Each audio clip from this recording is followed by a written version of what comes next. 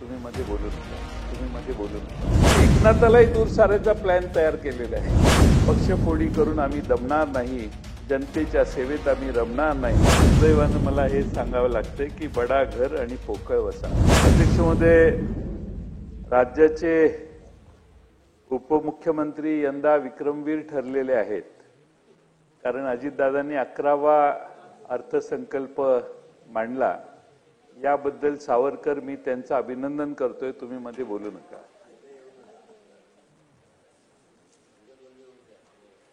अध्यक्ष महोदय, त्यांचं अभिनंदन करत असताना या अर्थसंकल्पाचं वर्णन करत असताना दुर्दैवानं मला हे सांगावं लागतंय की बडा घर आणि पोकळ वसा.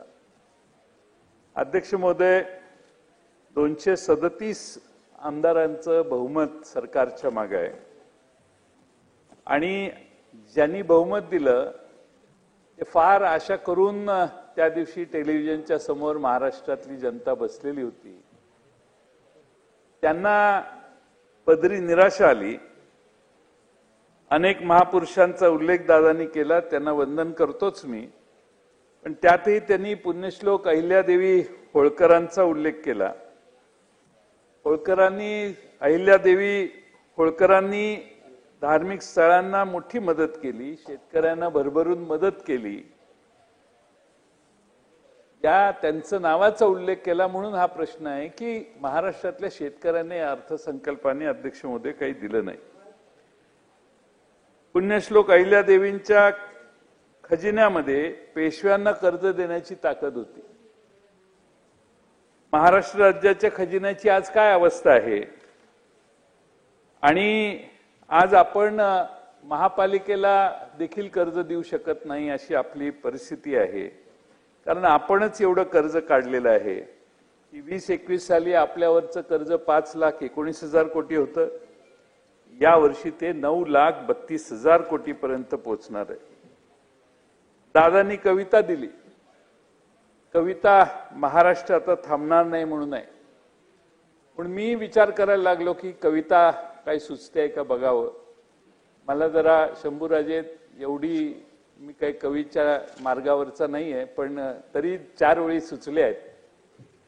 सज्जन आता जगणार नाही, दुर्जन आता मरणार नाही, महाराष्ट्र आता थांबणार नाही, गुन्हेगारी थांबणार नाही, रक्तपात रोखणार नाही, महाराष्ट्र आता थांबणार नाही, पक्षफोडी करून आम्ही दमणार नाही, जनतेच्या सेवेत आम्ही रमणार नाही, महाराष्ट्र आता थांबणार नाही, आश्वासने पूर्ण करणार नाही, विकासाची वाट धरणार नाही, महाराष्ट्र आता थांबणार नाही, रोजगार देणार नाही, शिक्षण व आरोग्याची सेवा सुधारणार नाही, महाराष्ट्र आता थांबणार नाही.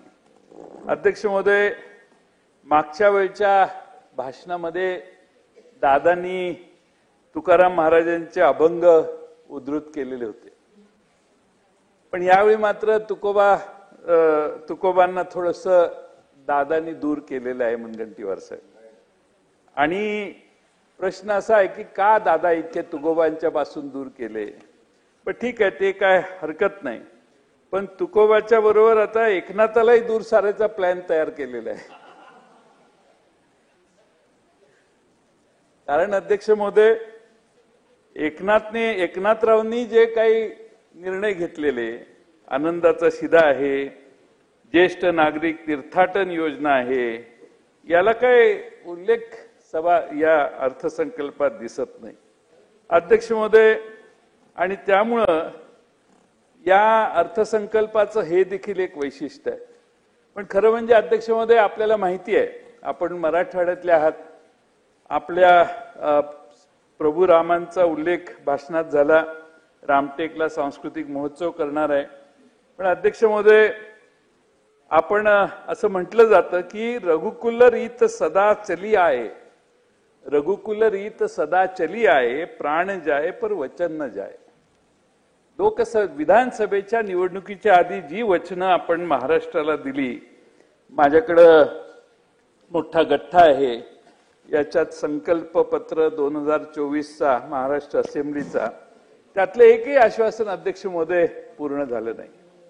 अध्यक्ष महोदय, कोरोनाच्या काळात ज्या शिवभोजन थाळीने लाखो लोकांना आधार दिला, जी भुजबळ साहेबांनी सुरू केलेली, त्यांच्या कल्पनेतून आलेली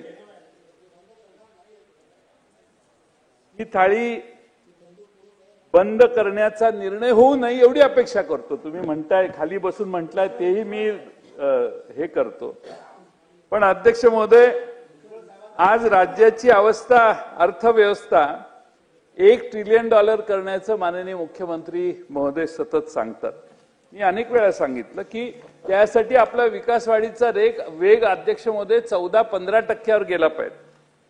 मागच्या वर्षी 8% होता, तो आता 7.3% वर खाली आला. त्यामुळे $1 ट्रिलियन अर्थव्यवस्था कशी होणार आणि कधी होणार याचा हिशेब केला तर जे उद्दिष्ट सरकारने ठेवलंय त्याच्यापेक्षा कदाचित दुप्पट तिप्पट कालावधी आपल्याला या व्यवस्थेला पोचायला जाईल असं मला वाटतंय. अध्यक्ष महोदय, माननीय अजितदादांनी आणखीन एक मोठा विक्रम केलेला आहे. मला जेवढं माहिती आहे तेवढं बघितलं तर आजपर्यंत महाराष्ट्रामध्ये एवढा महसुली तुटीचा अर्थसंकल्प कुणी सादर केला नव्हता. 45,891 कोटीची महसुली तूट दादांनी सभागृहासमोर मांडलेली आहे. हा अर्थसंकल्प मांडत असताना एवढी प्रचंड तूट अध्यक्ष महोदय, मागच्या 20,000 कोटीची 26,000 कोटी झाली. म्हणजे आता ही जी काही 45-46,000 कोटीची तूट आहे ती सुधीर भाऊ कदाचित 50,000 कोटीवर जाऊ शकते किंवा 60,000 कोटीवर जाऊ शकते. आणि त्यामुळं प्रचंड मोठी तूट अर्थसंकल्पात केली आहे.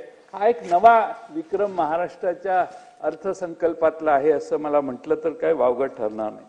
अध्यक्ष महोदय, नवीन रोजगार निर्मितीसाठी काही भरीव तरतूद नाही, नव उद्योजकांच्यासाठी काही नाही, आदिवासींच्यासाठी काही नाही, तरुण तरुणींसाठी काही नाही, ज्येष्ठ नागरिकांसाठी काही नाही. त्या महिलांच्या 1,500 रुपयाचे पैसे जे दिले त्यातनं ते आदिवासींच्या बजेटमधूनही काही पैसे घेतलेत आणि एससी सामाजिक न्याय विभागाकडूनही काही पैसे घेतले. म्हणजे तिकडेही काही बोजा टाकलेला आहे. आणि म्हणून अध्यक्ष महोदय, काही हरकत नाही, शेवटी महिलांची योजना आपण जाहीर केलेली आहे, ती सतत कायम ठेवायला वेगवेगळ्या ठिकाणाहून आपण पैसे मिळवण्याचा प्रयत्न करताय, त्याच्यात माझी काही तक्रार नाही.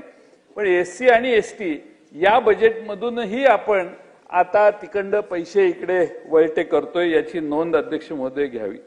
अध्यक्ष महोदय, खरं म्हणजे सामान्य माणसाचं स्वप्न असतं घर मिळावं, 4 चाकी गाडी घेऊया.